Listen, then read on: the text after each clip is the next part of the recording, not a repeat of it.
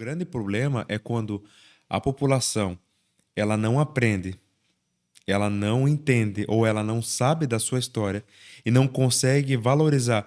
Não digo às vezes porque não quer, mas exatamente porque não teve a oportunidade de conhecer E as riquezas. E aí a gente volta a falar sobre a questão da poder público. educação, né? Que tem que começar lá de pequeno. Puxa vida, quem que foram os primeiros desbravadores aqui de Jacupiranga? Quando foi que Quanto tempo Jacupiranga tem? Sim. Qual que é a história? Por que a frente da igreja é voltada para o rio? Sabe, coisas assim que, poxa, me faz ter orgulho de que de Jacupiranga o do que é e da história. Infelizmente, nós viemos assim, numa sequência de anos, né? Que Jacupiranga não teve o desenvolvimento que merecia. Tanto é que houve uma época em que Jacupiranga ela tinha um total de 5 municípios. Sim, Pariquera, Cajati, e foi perdendo. Em 1970, um pouquinho antes, o Jacupiranga tinha 70 mil habitantes. 70 mil habitantes. Aí você perdeu Pariquera, você já perdeu uma fatia de habitantes. Uhum. Aí você perde Cajati, outra fatia de habitantes. E aí, assim, historicamente, minha formação é com urbanismo. Jacupiranga perdeu o bonde do desenvolvimento. Perdeu. A principal cidade sempre foi Jacupiranga. A comarca onde está o fórum ainda é Jacupiranga. E quando foi trazida para cá é porque era o principal município do Vale. Exatamente. A principal cidade, a cidade desenvolvida, não era para ser registro, era para ser Jacupiranga. E a gente perdeu em função da política, da falta de entendimento das ações. E, cara, aí você perde... É como uma pessoa, você perde uma perna, aí você perde um braço, aí você perde o outro, você não consegue andar mais e fica lá parado no mesmo lugar. E é o que aconteceu com a gente. Atrofiou. É.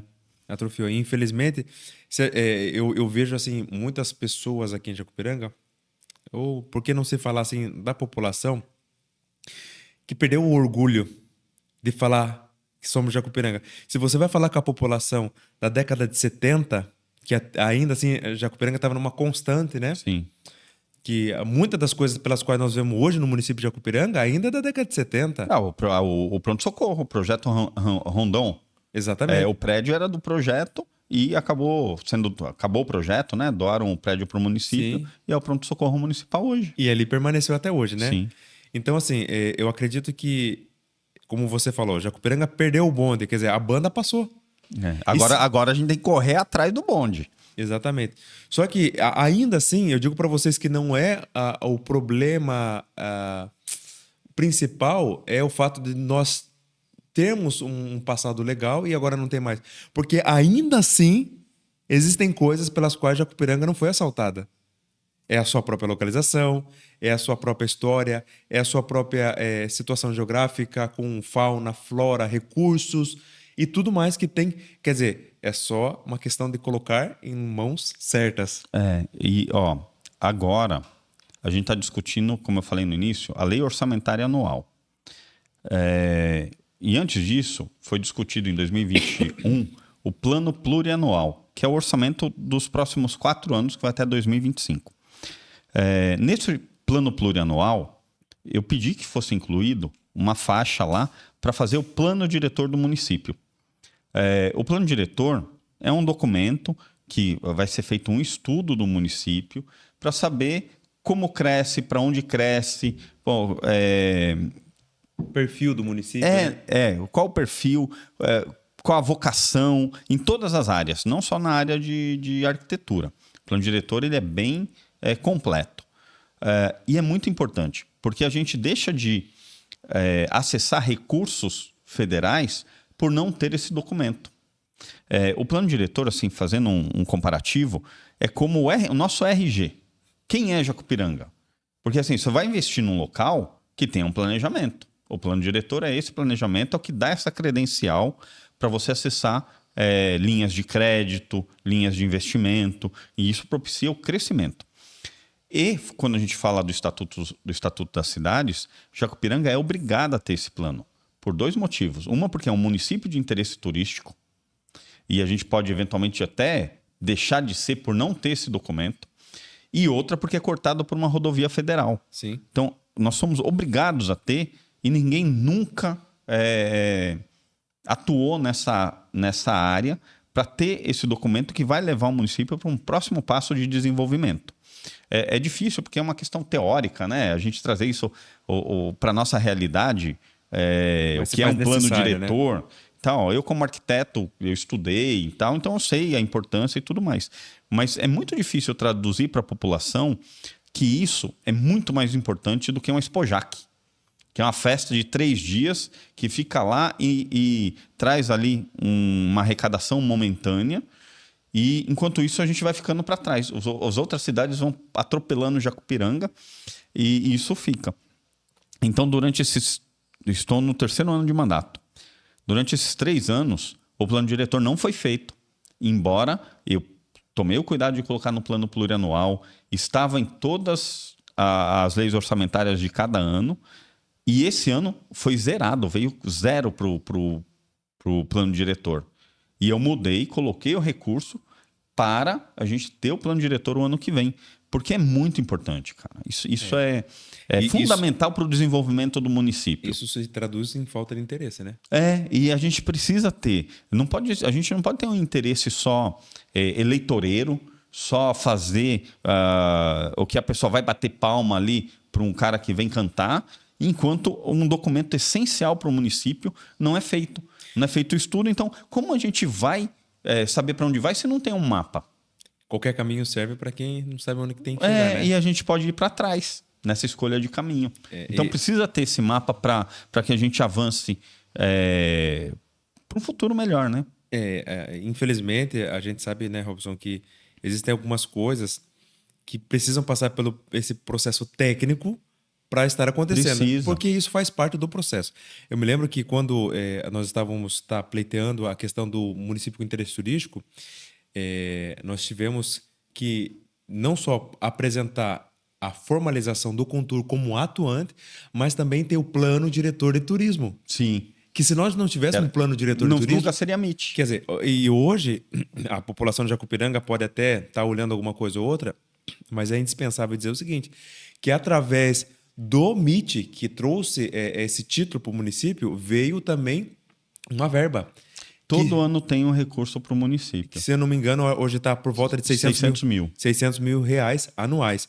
Ou seja, é claro que a verba ela vem destinada para uma certa perfil, né, de aplicação, mas, por exemplo, nós vemos algumas coisas pelas quais estão sendo feitas que, na verdade, é dessa conquista que o município teve. Lá atrás. Lá atrás, sim. Exatamente. Que aí você pagou para ter um plano, colocou suor ali para desenvolver essa situação, para colher o fruto hoje. Teve envolvimento de pessoas, sim. Entendeu? Pessoas normais, pessoas daqui do município que deixaram muitas das vezes suas casas, sua comodidade para estar ali debruçado, fazendo do desenvolvimento, vamos dizer assim, numa sala de 4 paredes, para que hoje o município estivesse desfrutando. Então, assim, precisa ter uma sequência, né? E essa parte técnica de bastidor, às vezes, talvez não é aquilo que se aplauda, mas é importante. Sim, faz parte como do processo. A rede de esgoto. Está enterrada, você não vê. Mas ela é muito importante, porque quando o esgoto corre a céu aberto, todo mundo reclama. Então, esses planos, ninguém vê. E não é valorizado pelo cidadão comum. Mas ele é muito importante para que aí as coisas que são vistas, como a calçada, um novo prédio, um novo investimento, para que isso possa vir, senão não vem. Se não tivesse o plano de turismo, não tivesse o Contur, a gente não teria o recurso que vem hoje. E quem fez lá parecia que não era nada, não tinha valor. Exatamente, né? E agora também é lutar para que não se perca isso, né? Sim. E aí já é outra questão, né? E aí a importância do plano diretor é fundamental nesse tema também.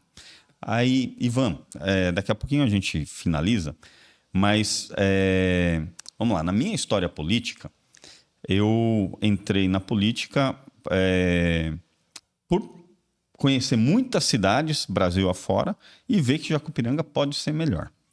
Mas o meu caminho fui primeiro candidato a vice-prefeito em 2016, quando você foi candidato a vereador. Então a gente começou caminhos inversos, na né? eleição, mas começamos ao mesmo tempo, né? Sim, No mesmo sim. ano, 2016. Só que eu, como candidato a vice-prefeito, você como candidato a vereador. Na eleição de 2020, eu fui candidato a vereador e você foi candidato a prefeito. Pois é. Fala um pouquinho dessa experiência e dos seus planos para um futuro próximo aí, que a gente está chegando no ano eleitoral. Exatamente. Isso é muito importante para o município. Como a gente tem falado aqui, é interessante e é importante que o munícipe entenda e saiba do que está acontecendo e não só simplesmente daquilo do momentâneo, mas daquilo que vem para trás. Mas vamos lá. A minha história é exatamente pelo fato de nós estarmos envolvidos em associação comercial, estarmos envolvidos em Contur, do qual os dois nós participamos ocupamos a posição de presidência. Nós vimos o quanto era engessado o entendimento do poder público para estar dando o real valor que essas entidades elas mereciam. Ou seja, logo eu fui entender que não bastava só eu ter boas ideias, mas se eu não fizesse alguma coisa, eu não podia ter que esperar de pessoas que não tinham o mesmo pensamento. Sim. Ou seja, como é que eu vou esperar de uma pessoa que não tem o mesmo pensamento, ou que não tem a mesma vontade, ou que não entende, né? Às vezes a pessoa não é especialista em tal área. Por exemplo, eu não sou formado em engenharia, eu não sou formado em arquitetura, mas eu vou procurar uma pessoa que entenda, né? Por exemplo, igual o Robson, para É como eu vou lá operar o coração de alguém só porque eu acho que eu posso. A pessoa não vai passar bem, tem que ter um especialista lá, né? Vou até usar aquela expressão, cada macaco no seu galho, né?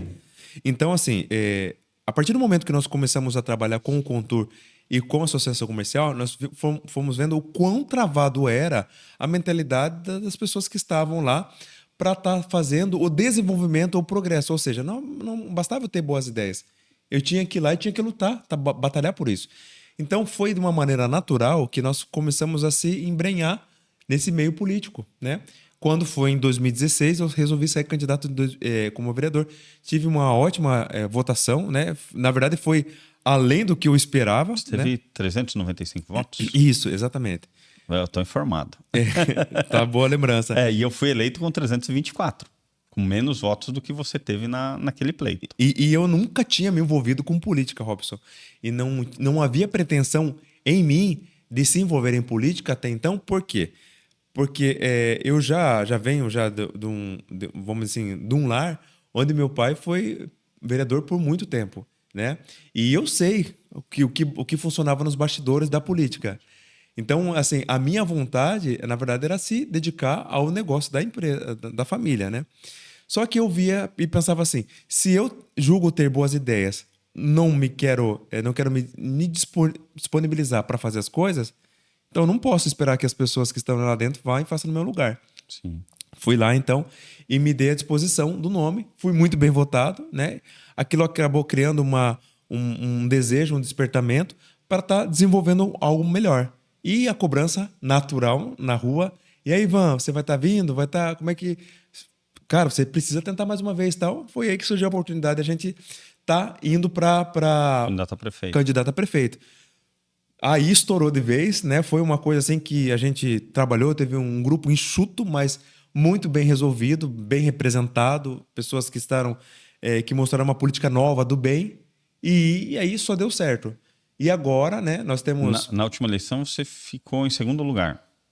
Na verdade foi... A diferença de votos foi 70 votos? Foi 70 votos, foi muito pouco assim, né? E nós tivemos, assim, praticamente diferença de menos de 1%, né? Entre os três candidatos ali, né? E isso foi histórico em Jacupiranga, né? Então, isso, na verdade, é resultado de trabalho, não é assim, né? De repente.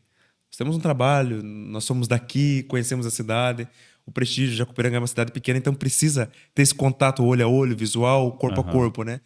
E nós acreditamos que precisamos estar na sequência desse trabalho, Robson. E eu acredito, como eu já falei hoje aqui no podcast, que Jacupiranga precisa ser ouvida, precisa ser valorizada, e nós precisamos, sim, entender, conhecer e praticar as necessidades de Jacupiranga no sentido de dar prioridade àquilo que é prioridade. Eu compartilho da sua visão. Jacupiranga precisa ser... A gestão pública ela tem que ser mais humana. tem que ouvir, tem que se preocupar com as pequenas coisas.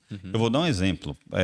A gente tem uma obra grande aqui, a maior obra que está sendo feita hoje é a reforma aqui da praça. Mas não tem Novalgina na farmácia do hospital. Não tem dipirona. Então, a pessoa que está precisando lá do remédio para febre, do antibiótico básico, cara, é sofrido. Então, Sim. não adianta você fazer um negócio Ter uma boa calçada grande nova, né? e não ter o essencial. E isso, você está falando da pessoa. A calçada é uma coisa. Né? Está lá, inanimado. A pessoa precisa de um remédio. Sim. Então, tem que ter realmente essa Ser humano, humanização na gestão pública. A gente tem esse cuidado, esse carinho especial, porque a gente é daqui, a gente sabe da necessidade. E não adianta, você vai sentar na mesa de uma pessoa que tem lá uma casa, o chão batido, você tem que olhar para a necessidade dela. E claro que o município é muito mais do que apenas uma família, mas uma família também é importante. Então nós temos que pensar e entender o perfil do Jacupiranga não é de pessoas abastadas, mas sim de pessoas que têm suas necessidades e não são necessidades gigantescas. Sim. São coisas Coisas possíveis básicas. e acessíveis para ser consertadas.